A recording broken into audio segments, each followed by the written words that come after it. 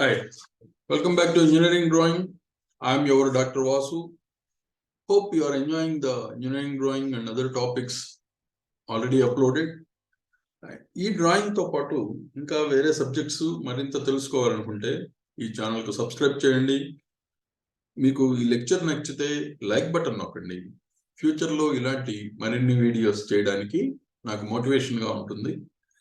ఈరోజు మనం సైక్లాయిడ్ గురించి చూడబోతున్నాం. సైక్లాయిడ్ అంటే ఒక రోడ్డు, ఒక ప్లెయిన్ రోడ్డు తీసుకున్నాం. ఒక ప్లెయిన్ రోడ్డు మీద సపోజ్ ఒక సైకిల్ రిమ్ తీసుకొని, ఒక సైకిల్ వీల్ మీద మనం ఒక చిన్న మార్క్ ఒకటి పెట్టాం, ఒక పెయింట్ మార్క్ ఒకటి పెడితే ఆ వీల్ కనుక స్ట్రెయిట్ రోడ్డు మీద రోల్ అవ్వకుండా, ఓకే, ఇది జస్ట్ మూవ్ అవుతుంది అంటే స్లిప్ అవ్వకుండా. స్లిప్ అయితే ఏమవుతుందో అక్కడే తిరుగుతుంది. అలా కాకుండా రోడ్డు మీద సపోజ్ ఈ విధంగా కనుక అది ముందుకు మూవ్ అవుతూ ఉంటే, రొటేట్ అవుతూ ఉంటే, ఈ పాయింట్ ఎలా అయితే మూవ్ అవుతుందో ఆ పాత్ ని మనం ట్రేస్ చేస్తే దాన్నే సైక్లాయిడ్ అని అంటాం. సో ఈ సైక్లాయిడ్ ని ఎలా కన్స్ట్రక్ట్ చేయొచ్చో చూద్దాం.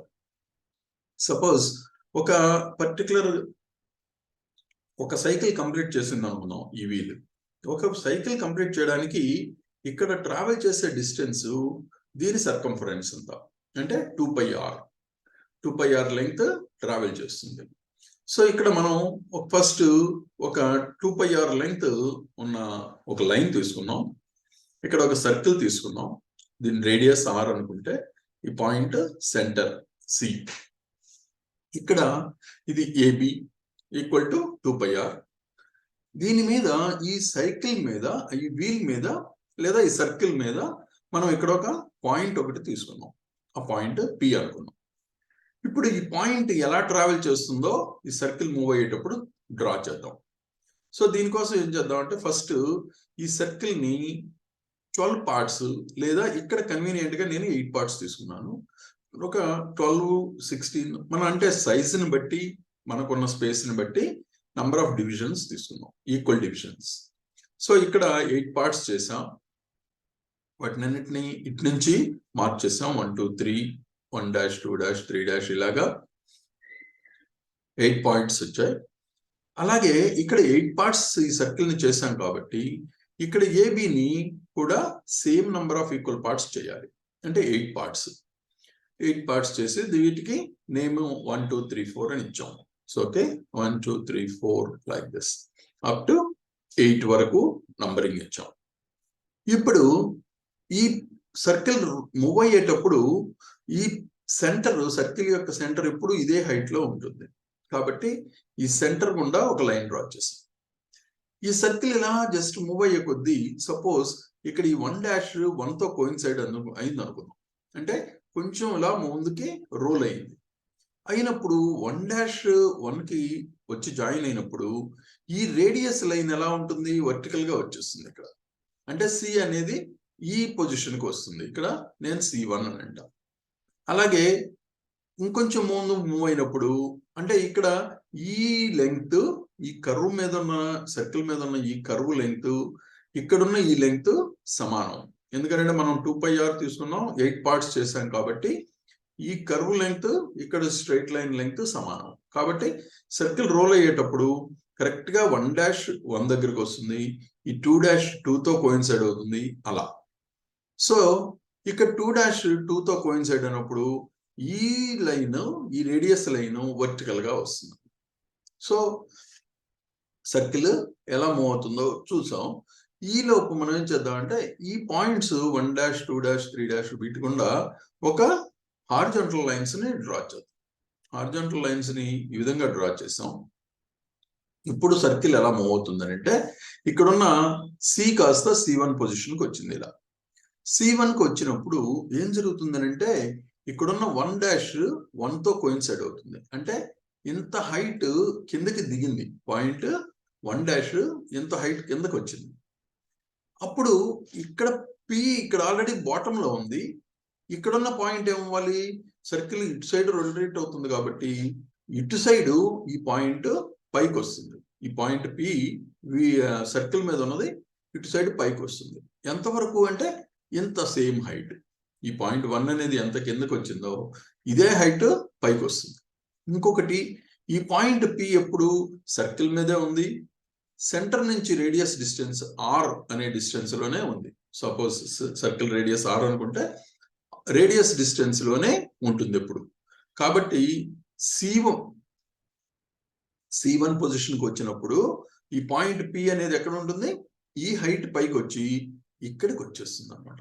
ఓకే, అందుకని రేడియస్ ఆర్ రేడియస్ గా C1 సెంటర్ గా ఒక ఆర్క్ ని ఈ ఫస్ట్ లైన్ గుండా డ్రా చేసిన ఈ లైన్ కట్ చేస్తే, ఒక ఆర్క్ డ్రా చేస్తే ఒక ఇంటర్సెక్షన్ పాయింట్ వస్తుంది. ఈ ఇంటర్సెక్షన్ పాయింట్ నే P1 అని పిలుద్దాం. సర్కిల్ ఇంకా రోల్ అవుతుంది. సో ఈ C2 అనేది ముందుకు వచ్చింది ఇంకొంచెం, అంటే C2 ఇంత క్రితం ఇక్కడ ఉన్నది ఫస్ట్, ఈ పొజిషన్ లో ఇక్కడికి వచ్చింది. ఇప్పుడు నెక్స్ట్ ఏమవుతుంది, ఇంకొంచెం ముందుకు, అంటే 2తో కలుస్తుంది. 2'2తో కలుస్తుంది. అప్పుడు సర్కిల్ సెంటర్ C2 అవుతుంది.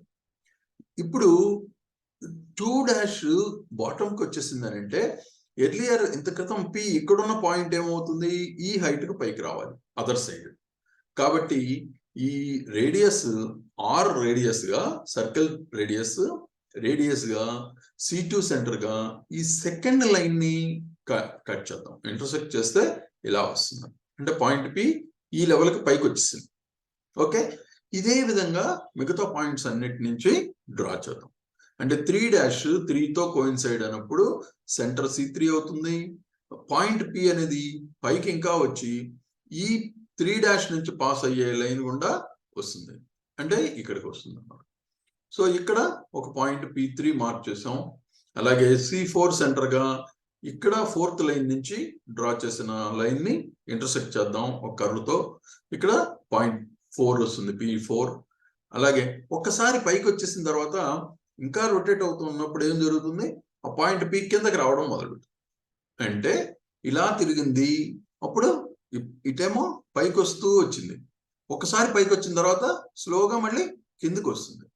సో C5కి వచ్చినప్పుడు ఏం జరుగుతుంది, రైట్ సైడ్ పక్కకు వస్తుంది, కిందకు వస్తుంది. ఎంతవరకు అంటే ఇలా ఈ పాయింట్ వరకు. అంటే ఇక్కడ నుంచి రేడియస్ డిస్టెన్స్ లో ఇక్కడ ఒక ఆర్క్ డ్రా చేస్తే మనకి ఇక్కడ P5 వస్తుంది.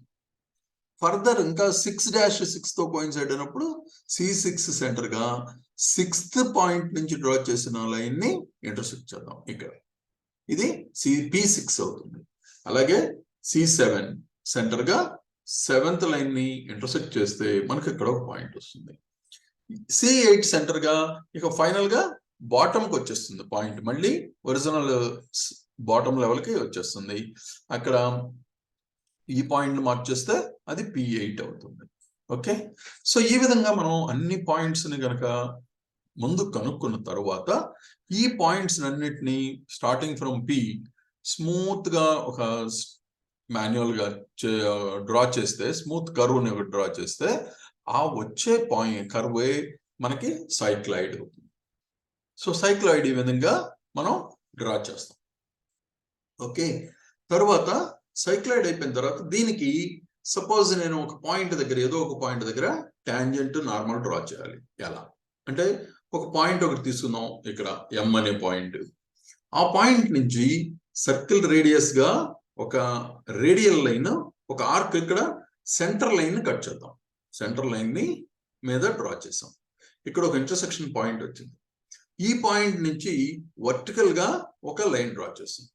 వర్టికల్ గా బేస్ లైన్ మీదకి ఒక లైన్ డ్రా చేసాం. ఇక్కడ ఒక ఇంటర్సెక్షన్ పాయింట్ వచ్చింది, దాన్ని N అనుకుంటే N ని M తో జాయిన్ చేస్తే వచ్చే లైన్ మనకి నార్మల్ అవుతుంది ఈ కర్వ్ కి. ఓకే, అది నార్మల్ అవుతుంది. దీనికి పర్పెండిక్యులర్ గా కనుక ఈ పాయింట్ M దగ్గర ఒక లైన్ డ్రా చేస్తే అది టాంజెంట్ అవుతుంది కర్వ్ కి. సో ఈ విధంగా టాంజెంట్, నార్మల్ ఒక సైక్లాయిడ్ కి కనుక్కుంటాం అన్నమాట. సో ఇప్పుడు సైక్లాయిడ్ చూసాం. ఇది మీకు బాగా అర్థమైంది అనుకుంటున్నాను. మీకు ఏమైనా క్వశ్చన్స్ కానీ, డౌట్స్ కానీ ఉన్నా, లేక సజెషన్స్ ఏమైనా కామెంట్ రూపంలో తెలపండి. సబ్స్క్రైబ్ చేయండి ఛానల్కి. You get alerts. Thank you.